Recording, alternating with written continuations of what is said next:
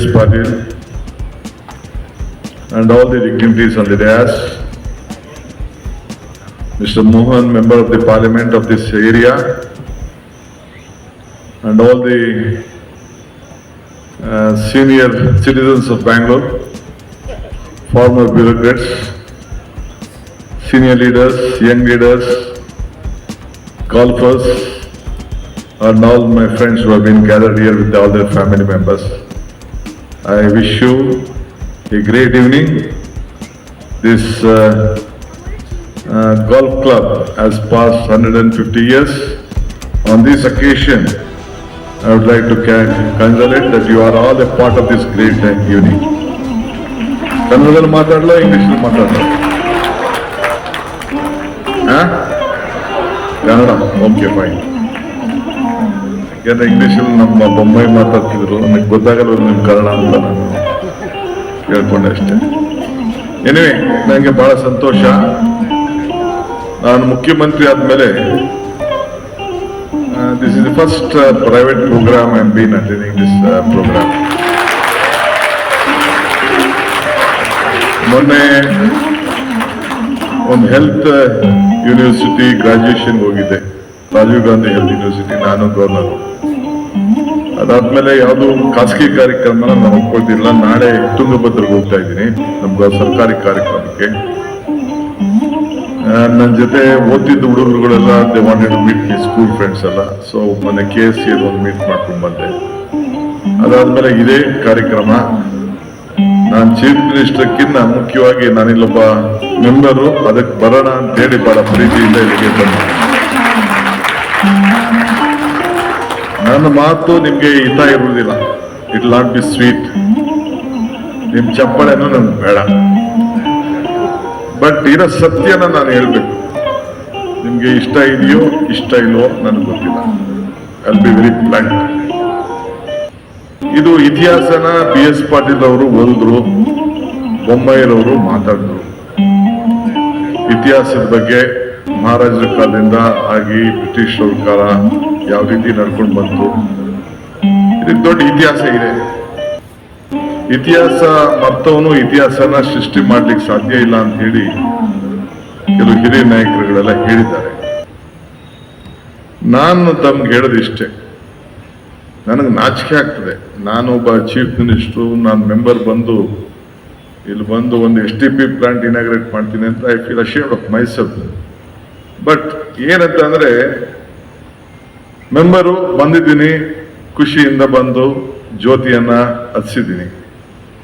ನಾನು ನಿಮ್ಗೆ ಏನ್ ಹೇಳ್ತೀನಿ ಅಂತಂದ್ರೆ, ನೀವೆಲ್ಲ you are not small people here. ಎಲ್ಲ ನಿಮ್ದೇ ಆದಂತ ಒಬ್ಬ ಇತಿಹಾಸ ಇದೆ. ಬೆಂಗಳೂರಿನ ಕಟ್ಟೋಷ್ಟು ಕೆಪಾಸಿಟಿ ಇರುವಂತ ಬ್ಯೂರೋಕ್ರಾಟ್ಸ್ ಇಲ್ಲಿದ್ದೀರಿ, ಬಿಸ್ನೆಸ್ ಮೆನ್ ಇಲ್ಲಿದ್ದೀರಿ, ಎಲ್ಲ ಬಹಳ ಜನ ದೊಡ್ಡ ದೊಡ್ಡವರೆಲ್ಲ ಇದ್ದೀರಿ.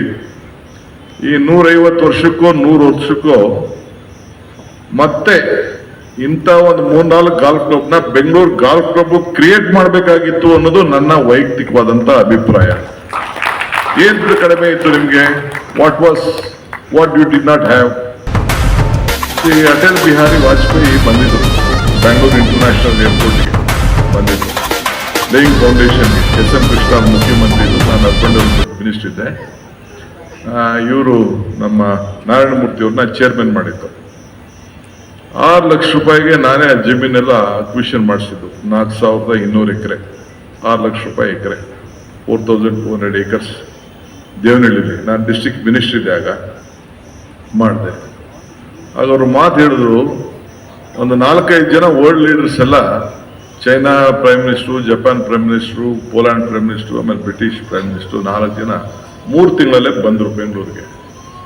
ಆಗ ಅವ್ರು ಹೇಳಿದ್ರು, ಏರ್ಪೋರ್ಟ್ ಅಲ್ಲಿ ವಿಧಾನಸೌಧ ಬ್ಯಾಂಕ್ವೆಟ್ ಅಲ್ಲಿ ಕೂತ್ಕೊಂಡು, there was a time when the world leaders first used to come to Delhi, then they used to go to Calcutta, Mumbai, Hyderabad, Chennai and different Pune and different parts of the country.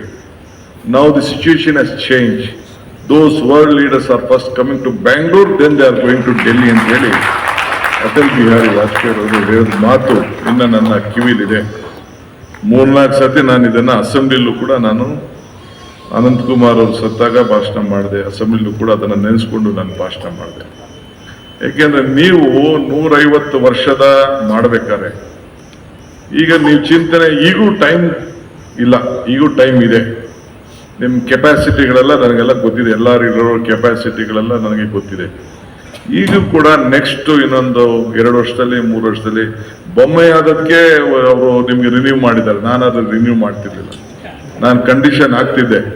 ನೀವು renew ಮಾಡ್ಬೇಕಾದ್ರೆ ನಿಮ್ ಖಾಲಿ ಮಾಡಿ ಅಂತ ನಾನು ಹೇಳ್ತಾ ಇಲ್ಲ, but renew ಮಾಡ್ಬೇಕಾದ್ರೆ ನಿಮ್ ನೆಕ್ಸ್ಟ್ ಜನರೇಷನ್ಗೆ ಇನ್ನೊಂದೆರಡು ಗಾಲ್ಫ್ ಕೋರ್ಸ್ನ 150 ಎಕರೆ 200 ಎಕರೆ 300 ಎಕರೆಲಿ ಜಮೀನ್ ಖರೀದಿ ಮಾಡ್ಬಿಟ್ಟು ಇಲ್ಲ ಸರ್ಕಾರ ಜಮೀನ್ ಅಲಾಟ್ಮೆಂಟ್ ಮಾಡಿಸ್ಕೊಂಡು ಏನೋ ಒಂದು ವಯ ಮೀಡಿಯಾ ಮಾಡಿಕೊಂಡು ಇನ್ನೊಂದು ಹೊಸ ಇದನ್ನ ಮಾಡಬೇಕು. I am not here as a chief minister, I have not come here as a chief minister. ನಿಮ್ಮ ಹತ್ರ ಬಂದು ನಿಮಗೆ ನಾನು ಶಬಾಷ್ಗಿರಿ ಹೇಳ್ಬಿಟ್ಟು ಹೋಗಕ್ಕೆ ನಾನು ಇಲ್ಲಿ ಬಂದಿಲ್ಲ. I don't believe in reading history or writing history, I believe in creating history. That is what. ಅದಕ್ಕೆ ಟೀಕೆಗಳೆಲ್ಲ ಇರ್ತದೆ. ನಾನು ಅವ್ರಿಗೇನೋ ಒಂದು ಲಾಜಿಕ್ ಕೊಡ್ತಾ ಇದ್ದೆ, ಎಷ್ಟೇ ವೆಹಿಕಲ್ ಇದೆ ಅಂತ ಕೇಳ್ತಾ ಇದ್ದೆ. Bangalore population is 1.4 crores. ಇಲ್ಲ ನಮ್ಮ BS ಪಾಟೀಲ್ ಅವ್ರಿಗೆಲ್ಲ ಕೆಲಸ ಹಚ್ಚಿದ್ದೆ, ಅವರೆಲ್ಲ ಸೇರಿ ಈಗ ಹೊಸದಾಗಿ GB ಅಂತ ಮಾಡಿ 5 ಕಾರ್ಪೊರೇಷನ್ ಒಳ್ಳೆ ಗವರ್ನೆನ್ಸ್ ಕೊಡಬೇಕು ಅಂತೇಳಿ ಈಗ ಮಾಡಿದ್ವಿ. 1.4 crores ಪಾಪ್ಯುಲೇಷನ್ ಬೆಂಗಳೂರಲ್ಲಿದೆ, ಔಟರ್ ಬೆಂಗಳೂರು ಸೇರಿಸಿ. ಬೆಂಗಳೂರು ಸಿಟಿಲಿ ಇರುವಂತದ್ದು ಇಟ್ ಈಸ್ 1.35 lakhs, ಅಂದ್ರೆ 1,35,00,000 ವೆಹಿಕಲ್. ಆಲ್ಮೋಸ್ಟ್ ಒಬ್ರಿಗೊಂದು ವೆಹಿಕಲ್ ಇವತ್ತು, ಚಿಕ್ಕ ವೆಹಿಕಲ್ ದೊಡ್ಡ ವೆಹಿಕಲ್ ಇವತ್ತು ಬೆಂಗಳೂರಿದೆ. ಬೇರೆ ಸಿಟಿಗಳಲ್ಲೆಲ್ಲ ರೋಡ್ ಇರೋದು 90% ರೋಡ್ಸ್ ಇದೆ. ನಮ್ಮ ಬ್ಯಾಂಗ್ಳೂರಲ್ಲಿ ಬರೀ 8%, ಬರೀ 8% ಮಾತ್ರ ಇದೆ. ಸೊ ಈಗಿರೋಂಥ ಸಂದರ್ಭದಲ್ಲಿ ಹೆಂಗೆ ಸಾಧ್ಯ? ಯಾರು ನೋಡಿದ್ರು ಟ್ರಾಫಿಕ್ ಪ್ರಾಬ್ಲಮ್ಮು, ಆ ಪ್ರಾಬ್ಲಮ್ಮು, ಈ ಪ್ರಾಬ್ಲಮ್ಮು. ಬೆಂಗಳೂರು ಎಂಟ್ರಾಕ್ಕೆ ಇಲ್ಲಿಂದ ಅಲ್ಲಿಗೆ ಹೋಗಿ 2 ಗಂಟೆ